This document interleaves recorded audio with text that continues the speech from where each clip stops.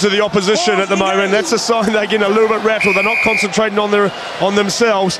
They've got to get their focus back quickly here for this last 20 minutes, because we haven't even spoken of bonus points yet, have we? Come closer, please. And how important could they be? Absolutely right. When got a shoelace here. I'm sure. No, time is off. Time is off. Had assumed that Italy would be running in 4 tries. I would think it would have been a very dangerous assumption given the spirit. And I know they've been hammered. I mean, the remarkable thing about Portugal's game against New Zealand when they lost by 108 points to 13 was in fact the spirit and some of the rugby which gave them a standing ovation in Lyon. And likewise against Scotland. Never say die, Portugal and Italy are in a contest they wouldn't have expected, I think, in their heart of hearts to have been in at this stage. 16-5, and Portugal are getting a much better share of possession as the game wears on. They certainly are. They've had their hands on a lot of ball in this second half, and they've used it reasonably intelligently through a lot of reasonably sensible kicking. And once again, the kick putting him under pressure. Criticised him earlier for 1 or 2 kicks where I thought he went straight to touch. There was a perfect example. He kicked to keep the ball in play. We have a look here. Hits up, hits Bortolussi on the chest, and out from Bortolussi. Line out Portugal. I'm just, from the Portuguese point of view, can't help but notice how, you know, Italy are waiting in the lineup, and Portugal are just walking to the lineouts. I think the likes of Cordeiro and Spacek, I think Spacek in fact is going off, and that's probably a good decision. They need some fresh legs, and on comes Andre Silva. Thank you, Rob. And in fact, you know, I think they've left it all not too late, but they obviously said, right, 20 minutes to go, you come on. I think they probably needed someone to bolster them a little sooner, and I wonder if Italy will do the same. What do you think? Well, I think tactical changes, by changing Vosavai earlier on, I think that was definitely a tactical change, because he'd proved pretty ineffective tonight. But 1 or 2 more, maybe that's what they need, the Italians. Certainly physically, they're right in this game. They're dominating in every piece of play, but they are not playing enough rugby. It's quite simple. They're not constructed enough with the ball, and they're not taking their opportunities when they're there. Okay. Well, in a couple of seconds, you'll probably find that there'll be 2 new players who'll be coming on for the Portuguese side. We've got the and number 1, the prop from Belenense, Juan Manuel Mure. And there he comes. Yes. Yeah. And we also have Gonçalo Fora, the wing, who plays for Lisbon University. So they're playing their cards, if you like, at this point in this game, which is no longer 15 aside but 22 aside. It certainly is, and it's about making the right decisions with those 22. Sometimes it can disrupt the team patterns, other times it can really add something. Let's see if these guys add something to the Portuguese performance. Well, I know this guy Andre Silva coming on is quite a hard nut in the nicest way. From Nîmes, which is a pretty rugged sort of rugby down there, and I think you'd know, Simon, but let's concentrate on Italy for the moment as Pratichetti feeds inside. They are desperate for a score. They want at least 3 more tries. They want a bonus point alongside, of course, the ultimate priority, which is the win. That's not assured yet. Andrea Massi, and then the switch up the middle. Castro Giovanni. And the big prop sets it up and is impeded. Is he on the ground? No. And Troncon is losing his cool. No, it's not you, the backline offside. You were fine. You were fine, backline offside. Well, it was an earlier penalty he's pinged him for, so Troncon getting very, very animated there with his remonstrating with his own players, but also certainly with the Portuguese. That's a sign of frustration, and this is a sign of the lack of confidence out there at the moment, isn't it? Taking this shot at goal with 18 to go. I absolutely agree with you. I mean, well, they're obviously dispensing with the thought of getting 4 tries. Interestingly, it was in fact nothing to do with the pile-up on the ground there, which caused the offside. It was the backs that the referee called. 17 minutes, 14 seconds remaining. 17 minutes, 40 seconds to go. And here are Italy, relying on Bortolussi to keep their heads above water. And thankfully for them, That's his fourth. He's kicked very well tonight, hasn't he? Kicked well from hand, he's kicked well from the ground as well. Goal kicking, well, he hasn't missed one so far, but the Italians be wanting more than this. They've still got time, that's for sure, as this is where the offside was called earlier in the play here against the Portuguese, and, well, you've got to say marginal call again. Marginal. No one glaringly offside and no one interfering with the play. But it was way away from the action, and it certainly was. I'm not even. Oh wow. That's where you feel the referee's got a bit more feel for the game, don't you? And those situations. If it has an impact on the play, fair enough, got to blow it up straight away. But there was no one impacting on that play there.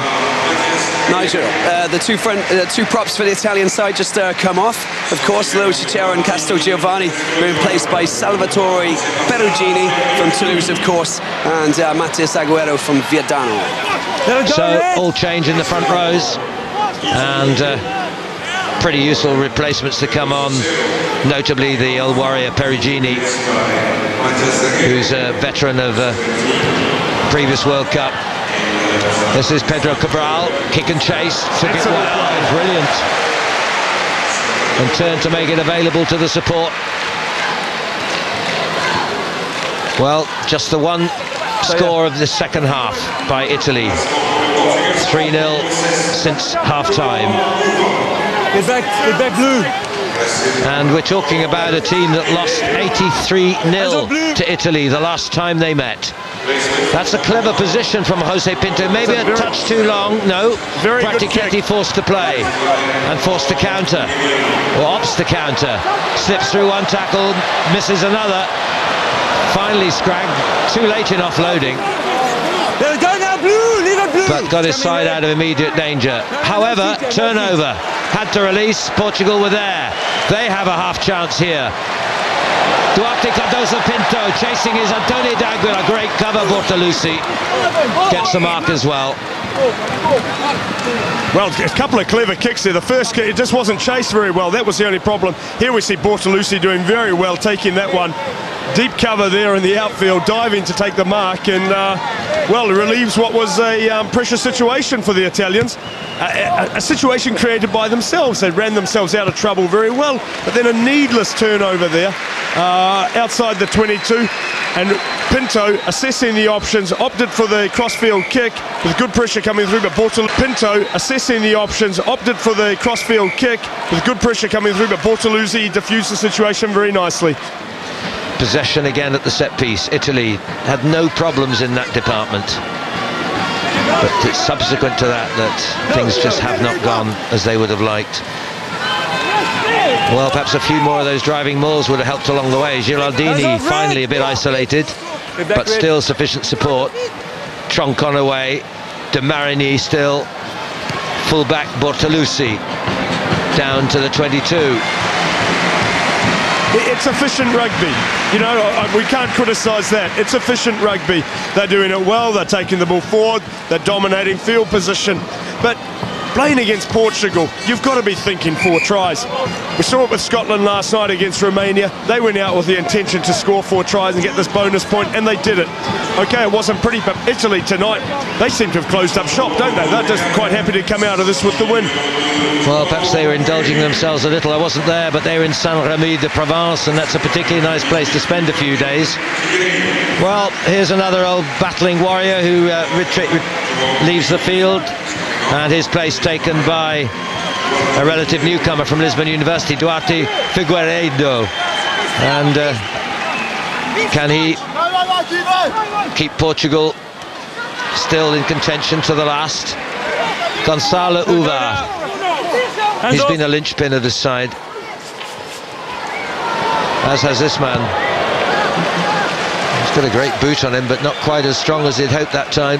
Canavosio. Troncon, oof. Look at the chase, look at the pressure they put straight away on the booker. Excellent play, Portugal. Particularly impressive to see second row forwards up there in the challenge. Now it's the opposition, Antonio Del Fava. Replacement Perugini. Prop with fresh legs these last few minutes. 10 minutes remain, that's all. Pedro Cabral. Well, some adventure, but trouble. Could cost dear. Just enough support, I think, to save the day. Well, he's done well to hold on to that. He won't win many favours with the forward pack to race back to help him, though. No.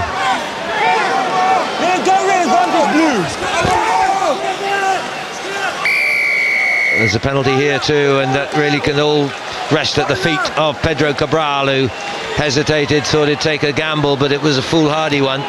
Into the corner. Italy, just the one try. Want to end on a high note at least.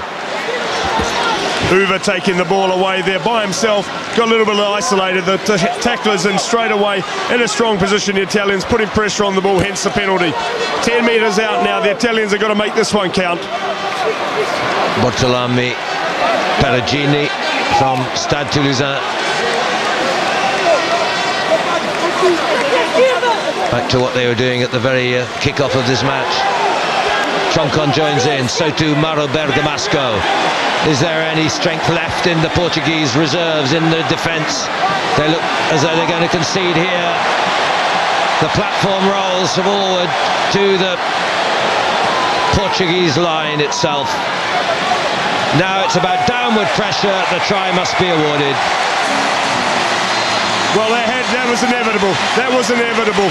But I didn't think we'd be saying that in the 72nd minute of the game. Bergamasco.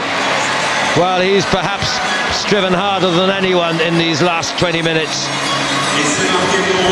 Well worked. Well worked. The structure was good. It was always in place. They remained disciplined. They stayed tight. Troncon getting himself right into the thick of it there.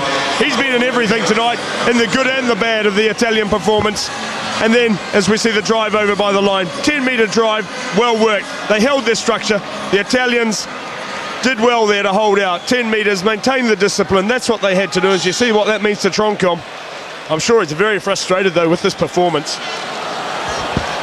Yes, it's not the celebrations of a contented man. So, finally, Portuguese defence outgunned, outweighted. It's been a terrific second half effort by the Portuguese. But Italy still would like 2 more tries. Here's Bortolussi. It's going to stay wide. 24 points to 5 it stays. And the Portuguese fans are not dismayed, not downhearted. But this was good, solid work. Yeah, it was excellent work by the Italian forward pack there. Take nothing away from the Portuguese, though. They really stuck in there. They really worked hard in the defence there. But just the structures and the discipline of the Italian forward pack there took its toll eventually, with Bergamasco scoring a well-deserved try. He's played very well tonight.